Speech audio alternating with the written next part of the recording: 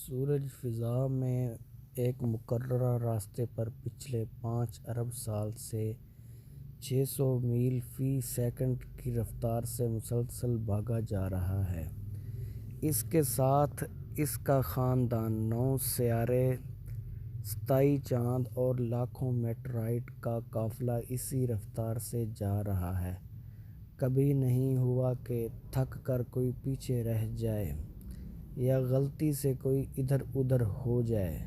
سب اپنی اپنی راہ پر اپنے اپنے پروگرام کے مطابق نہایت تابعداری سے چلے جا رہے ہیں۔ اب بھی اگر کوئی کہے چلتے ہیں لیکن چلا نہیں والا کوئی نہیں، ڈیزائن ہے لیکن ڈیزائنر نہیں، قانون ہے لیکن قانون نافذ کرنے والا نہیں، کنٹرول ہے لیکن کنٹرولر نہیں، بس یہ سب ایک حادثہ ہے۔ اسے آپ کیا کہیں گے؟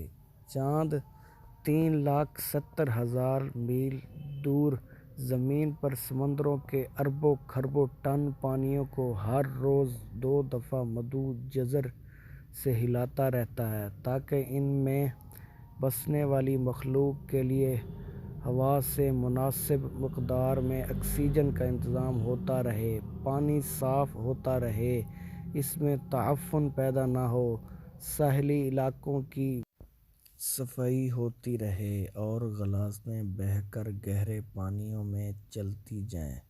یہی نہیں بلکہ سمندروں کا پانی ایک خاص مقدار میں کھارا ہے۔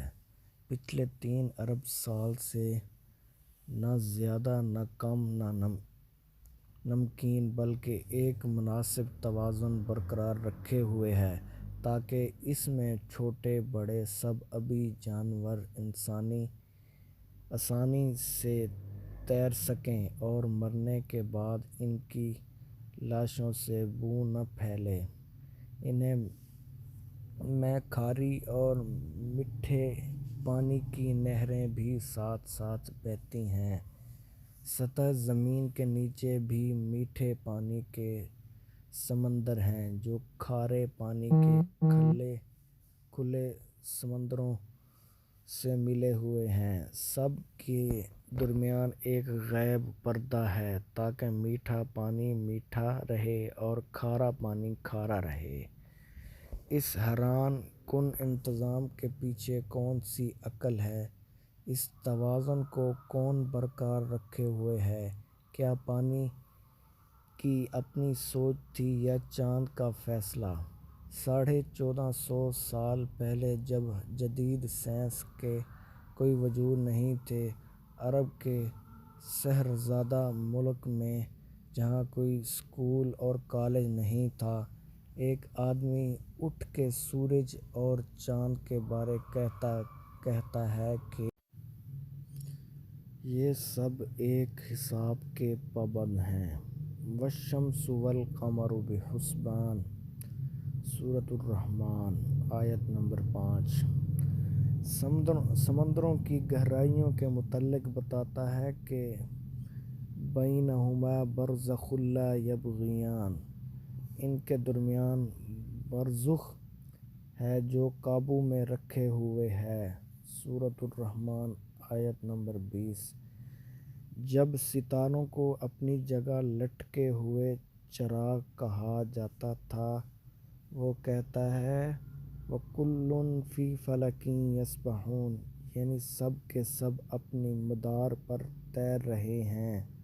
سورۃ یاسین آیت نمبر 40۔ جب سورج کو ساکن تصور کیا جاتا تھا، وہ کہتا ہے وَالشَّمْسُ تَجْرِی لِمُسْتَقَرٍّ لَہَا، یعنی سورج اپنے لیے مقرر شدہ راستے پر کسی انجانی منزل کی طرف ہمیشہ سے چلا آ رہا ہے۔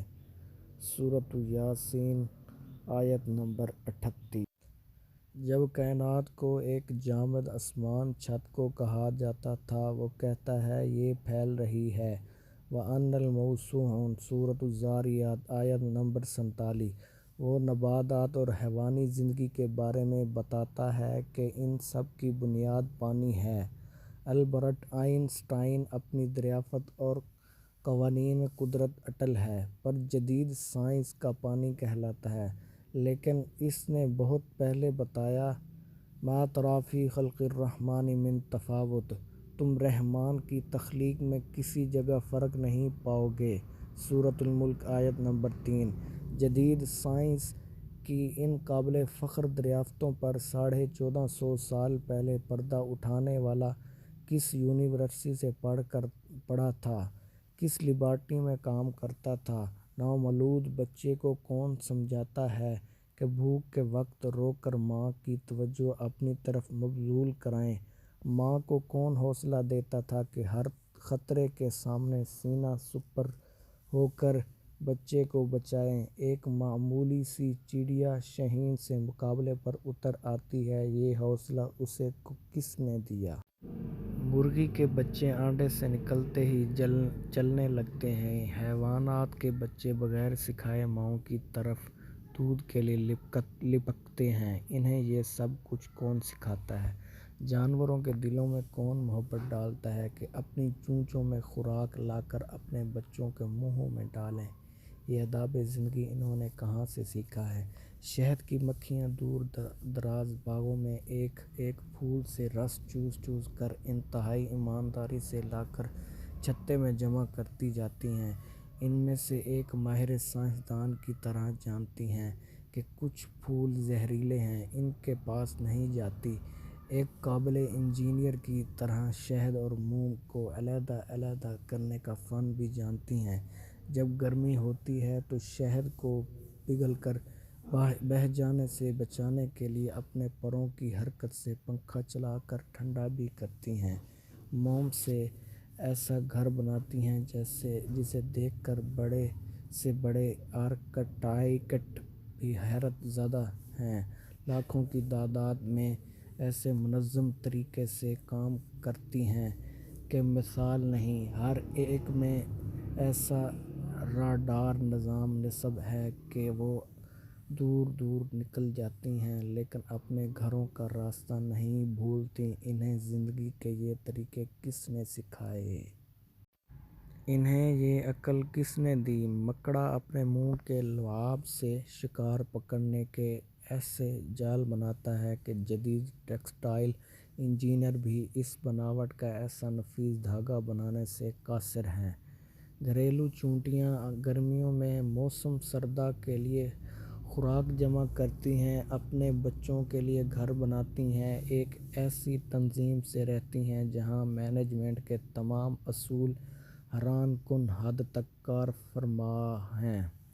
ٹھنڈے پانیوں میں رہنے والی مچھلیاں اپنے انڈے اپنے وطن سے ہزاروں میل دور گرم پانیوں میں دیتی ہیں، لیکن ان سے نکلنے والے بچے جوان ہو کر ماں کے وطن خود بخود پہنچ جاتے ہیں۔ نباتات کی زندگی کا سائیکل بھی کم حیران کن نہیں۔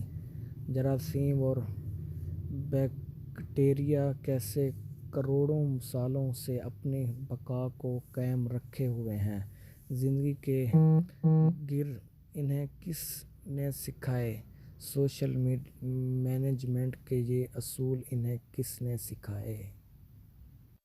کیا زمین اس قدر عقل مند ہے کہ اس نے بھی خود بخود لیل و نہار کا نظام قائم کر لیا ہو؟ خود بخود ہی اپنے محور پر ڈگری جھک گئی تاکہ سارا سال موسم بدلتے رہیں، کبھی بہار، کبھی گرمی، کبھی سردی اور کبھی خزاں، تاکہ اس پر بسنے والوں کو ہر طرح کی سبزیاں، پھل اور خوراک سارا سال ملتی رہیں۔ زمین نے اپنے اندر شمالاً جنوباً ایک طاقتور مقناطیسی نظام بھی خود بخود ہی قائم کر لیا تاکہ اس کے اثر کی وجہ سے بادلوں میں بجلیاں کڑکیں جو ہواؤں کی نائٹروجن کو نائٹرس آکسائیڈ میں بدل کر بارش کے ذریعے زمین پر پودوں کے لیے قدرتی کھاد مہیا کریں۔ سمندروں پر چلنے والے بحری جہاز، ابدوز اور ہواؤں میں اڑنے والے طیارے اس مقناطیسی کی مدد سے اپنا راستہ پائیں۔ آسمانوں سے آنے والی مہلک شعاعیں اس مقناطیسی سے ٹکرا کر واپس پلٹ جائیں تاکہ زمینی مخلوق ان کے مہلک اثرات سے محفوظ رہیں اور زندگی جاری رہے۔ زمین، سورج، ہواؤں، پہاڑوں اور میدانوں نے مل کر سمندر کے ساتھ سمجھوتا کر رکھا ہے تاکہ سورج کی گرمی سے آبی بخارات ہوائیں اربوں ٹن پانی کو اپنے دوش پر اٹھا کر پہاڑوں اور میدانوں تک لائیں، ستاروں سے آنے والے ریڈائی ذریعے بادلوں میں موجود پانی کو اکٹھا کر کے قطاروں کی شکل دیں اور پھر یہ پانی میٹھا بن کر خشک میدانوں کو سیراب کرنے کے لیے برسے۔ جب سردیوں میں پانی کی کم ضرورت ہوتی ہے تو یہ پہاڑوں پر برف کے ذخیرے کی صورت میں جمع ہو جاتا ہے۔ گرمیوں میں جب زیادہ پانی کی ضرورت ہوتی ہے تو یہ پگھل کر ندی نالوں اور دریاؤں کی صورت میں میدانوں کو سیراب کرتے ہوئے واپس سمندر تک پہنچ جاتا ہے۔ ایک ایسا شاندار متوازن نظام جو سب کو سیراب کرتا ہے اور کچھ بھی ضائع نہیں ہوتا۔ کیا یہ بھی ستاروں، ہواؤں اور زمین کی اپنی باہمی سوچ تھی؟ ہمارے لبلبے خون میں شوگر کی ایک خاص مقدار کو بڑھانے نہیں دیتے۔ دل کا پمپ ہر منٹ 70 دفعہ منظم باقاعدہ حرکت سے خون پمپ کرتا رہتا ہے۔ ایک 75 سالہ زندگی میں بلا مرمت تقریباً 3 ارب بار دھڑکتا ہے۔ ہمارے گردے صفائی کی بے مثل اور عجیب فیکٹری ہیں جو جانتی ہیں کہ خون میں جسم کے لیے جو مفید ہے وہ رکھ لینا ہے اور جو فضلات کو باہر پھینک دینا ہے۔ معدہ حیران کن کیمیکل کمپلیکس ہے جو خوراک سے زندگی بخش اجزاء مثلاً پروٹین، کاربوہائیڈریٹس وغیرہ کو علیحدہ کر کے خون کے حوالے کر دیتا ہے اور فضلات کو باہر نکال دیتا ہے۔ انسانی جسم میں انجینئرنگ یہ شاہکار سائنس کے یہ بے مثل نمونے، چھوٹے سے پیٹ میں یہ لاجواب فیکٹریاں، کیا یہ سب کچھ یوں ہی بن گئے تھے؟ دماغ کو کس نے بنایا مضبوط ہڈیوں کے خول میں بند؟ پانی میں یہ تیرتا ہوا عقل کا خزانہ، معلومات کا اسٹور، احکامات کا سینٹر، انسان اور اس کے ماحول کے درمیان رابطے کا ذریعہ، ایک ایسا کمپیوٹر کہ انسان اس کی بناوٹ اور ڈیزائن کو ابھی تک سمجھ نہیں پایا۔ لاکھ کوششوں کے باوجود انسانی ہاتھ اور ذہن کا بنایا ہوا کوئی سپر کمپیوٹر بھی اس کے عشر و عشیر تک نہیں پہنچ سکتا۔ ہر انسان کھربوں خیالات کا مجموعہ ہے، اتنے چھوٹے کہ خوردبین کے مدد کے بغیر نظر نہیں آتے، لیکن سب کے سب جانتے ہیں کہ انہیں کیا کرنا ہے۔ یوں انسان کا ہر ایک خیالیہ شعور رکھتا ہے اور اپنے وجود میں مکمل شخصیت ہے۔ ان جینز میں ہماری پوری پروگرامنگ لکھی ہے اور زندگی اس پروگرام کے مطابق خود بخود چلتی رہتی ہے اور ہماری زندگی کا پورا ریکارڈ، ہماری شخصیت، ہماری عقل و دانش، غرض ہمارا سب کچھ پہلے ہی سے ان خیالات پر لکھا جا چکا ہے۔ یہ کس کی پروگرامنگ ہے؟ حیوانات ہوں یا نباتات، ان کے بیج کے اندر ان کا پورا نقشہ بند ہے۔ یہ کس کی نقشے بندی ہے؟ خوردبین سے بھی مشکل سے نظر آنے والا سیل ایک مضبوط توانین، عقل و ہوش والا انسان بن جاتا ہے۔ یہ کس کی بناوٹ ہے؟ ہونٹ، زبان اور تالوں کے اجزاء کو سینکڑوں انداز میں حرکت دینا کس نے سکھایا؟ ان حرکات سے طرح طرح کی عقل مند آوازیں کون پیدا کرتا ہے؟ ان آوازوں کو معنی کون دیتا ہے؟ لاکھوں الفاظ اور ہزاروں زبانوں کا خالق کون ہے؟ لا الہ الا اللہ پر منقول ہے۔